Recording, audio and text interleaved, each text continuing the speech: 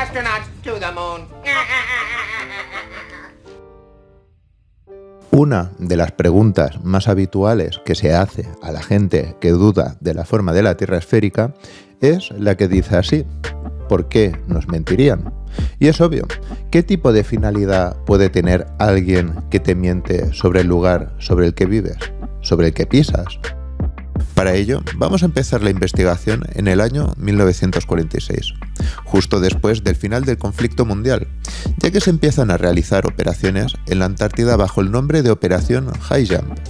Las maniobras continuaron en la Antártida bajo la Operación Windmill en el año 1947 y después la Operación Deep Freeze, que van desde el año 1955 hasta el 56.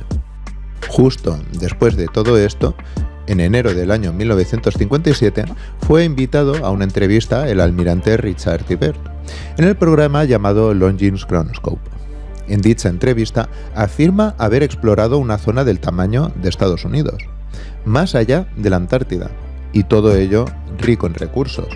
Curiosamente, poco después de esta entrevista, ya en marzo, Richard E. Byrd fallece mientras duerme. Luego, poco después, en 1958, James Van Allen, gracias a un estudio realizado por un satélite llamado Explorer 1, afirma haber descubierto unos cinturones radiactivos alrededor del planeta que hace que los viajes espaciales para el ser humano sean imposibles. Hecho que incluso según la propia NASA es el motivo de no poder llevar gente a Marte hoy en día. Curiosamente, ese mismo satélite, el Explorer 1, dicen que se destruyó en la reentrada. Luego, ya en julio de ese mismo año, en 1958, fue fundada la NASA. Cualquiera pensaría que después de la afirmación de que el cinturón de Van Allen hace imposible los viajes espaciales y la afirmación del almirante Richard E. Byrd diciendo que hay tierras más allá de la Antártida, el esfuerzo de la exploración iría hacia esos lugares. Pero por contra, la exploración se centra en cohetes lanzados por el exmiembro de las SS, Führer Wernher von Braun, a través de la NASA. Además, no hay que olvidar que a pesar de que a James Van Allen se le recuerda como físico, la realidad es que tiene un largo currículum parecido al del Führer Wernher von Braun, donde James Van Allen fue una de las piezas del proyecto Manhattan. Parece ser que tal afirmación por parte del almirante Byrd puso las alarmas y las prisas en la creación de la NASA. Sin ir más lejos, imagínate en un juicio que alguien quisiera convencer a un juez argumentando que los viajes espaciales son necesarios para el ser humano, pero poco después se argumenta que hay una radiación tan alta y letal que hace que eso sea imposible. Francamente, creo que todo esto no hay por dónde cogerlo. Y no porque quiera negarlo absolutamente todo, es que literalmente se contradicen entre ellos mismos. Con la creación de la NASA, parece que se desvía la atención de la población a tierras más allá de los polos en esta misma Tierra, para pedir presupuesto a la población y así investigar el vacío del espacio. Un argumento un tanto peculiar, desde luego.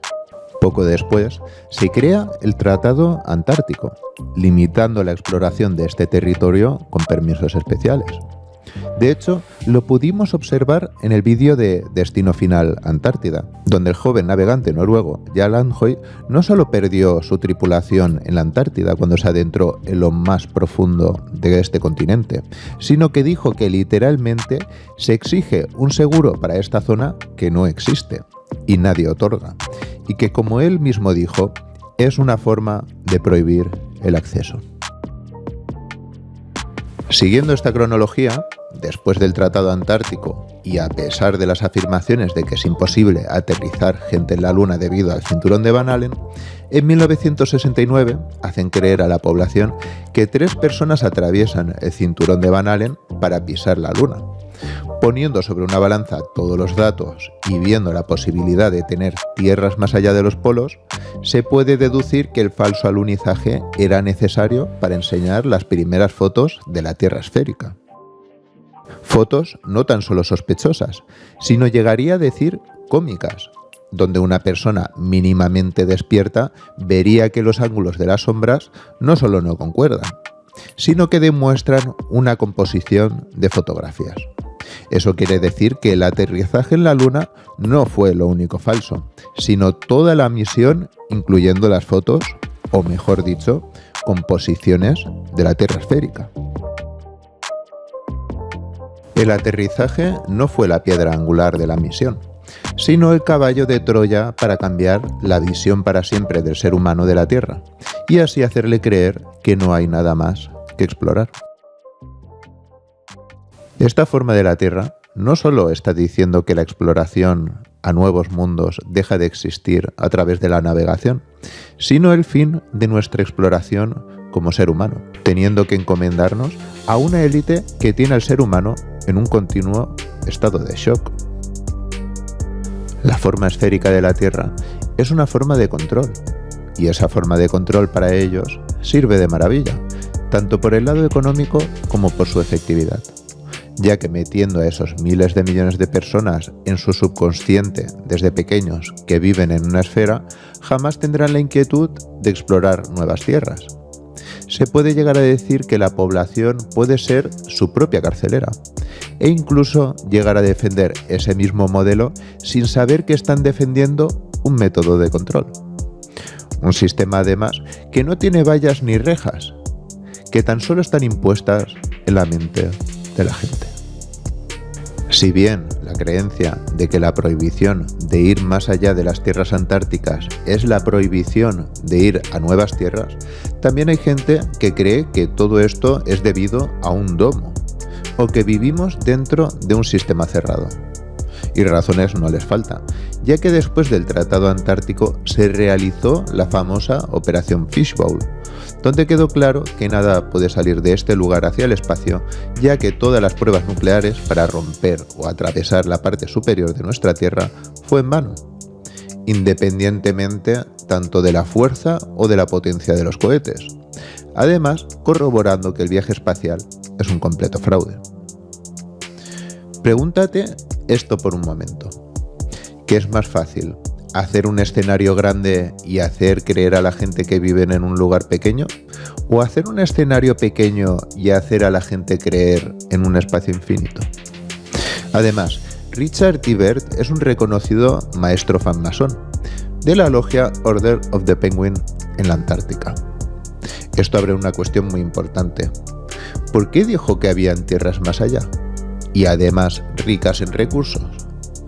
Es obvio que gente en estos lugares de poder tienen acceso a información privilegiada y cabe destacar que quien hablaba aquí era el jefe de operación, no alguien contando simples anécdotas. Quizás el almirante Byrd y toda la expedición vieron que vivíamos en un sistema cerrado y tenía que hacer creer a la población que no era así. Y por ello dijo que estuvo en tierras nuevas. Párate un momento a pensar esto. Imagina que se revela al mundo entero que vivimos en una enorme placa de Petri, encerrados, y hay alguien observándonos, creando eventos para ver cómo nos adaptamos a ellos. ¿Cómo reaccionarían los miles de millones de personas? Quizás la Operación Fishbowl, traducido como pecera, es la operación que realmente hizo abrir los ojos a unos pocos de que estamos literalmente encerrados y siendo experimentados por algo o alguien. De ahí que luego se restringiera el acceso a atravesar la Antártida. Además, la creación de la NASA respondería a poder seguir con la fantasía del ser humano de ver nuevos mundos y que siguiera viva de alguna forma esta ilusión. También, además, minimizando el impacto de una información a la población de que vivimos en un sistema cerrado del cual no podemos salir.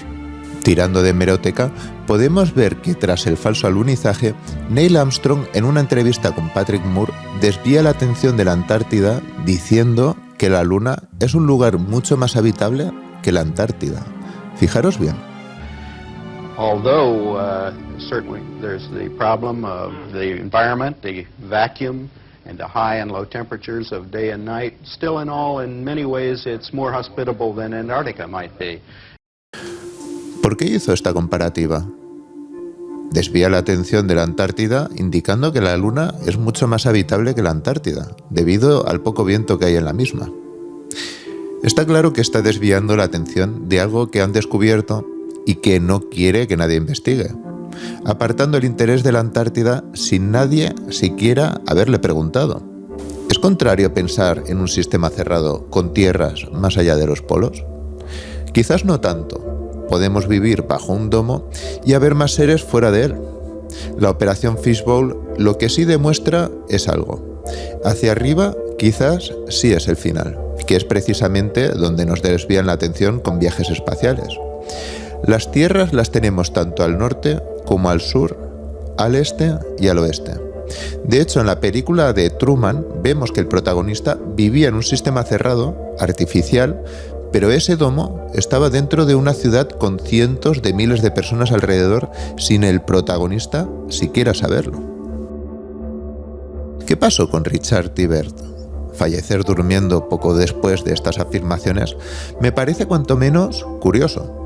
Y el caso de su hijo, Richard Bert Jr., es un caso también cuanto menos sospechoso, ya que a sus 68 años, y a pesar de ser parte de una de las familias más ricas de Massachusetts, apareció sin vida en una fábrica abandonada. Poco antes, su hijo, LeVar Bert, le dejó en un tren de camino a Washington, donde iría a una entrevista con la National Geographic Society. ¿Por qué no llegó a su destino? Hasta el día de hoy sigue siendo un misterio, y no solo para la familia. ¿Quién sabe si hay gente como tú, que estás viendo este vídeo en otros lugares más allá de nuestros mapas, que los tienen convencidos de que están viviendo en una esfera y creándoles otra realidad paralela? Donde la esfera para este creador le funciona de maravilla como método de control. Además, si es así, se puede decir que el creador de semejante engaño es observador de ambos mundos. ¿Cómo sabemos que toda la parte de abajo es la Antártida? ¿Cómo sabemos que continuando al lado de zonas como África y Australia tenemos un continente helado como el Antártico? Si quieren disipar dudas, es fácil. Que permitan la libre exploración de la Antártida sin permisos especiales que no se pueden conseguir, y no tan solo a pequeñas zonas designadas. Deberían bordear la Antártida libres exploradores poniendo expediciones en distintas direcciones. Y llegado a un punto, todas estas expediciones deberían encontrarse, además cartografiando y midiendo absolutamente todo. Es simple, que lo permitan. Lo que sí que queda es algo claro. La Antártida es el camino hacia la verdad más grande jamás revelada a la humanidad. Sin más, quería agradecer a los miembros del canal por apoyar y hacer posible este canal. Un fuerte abrazo a todos y hasta el siguiente vídeo.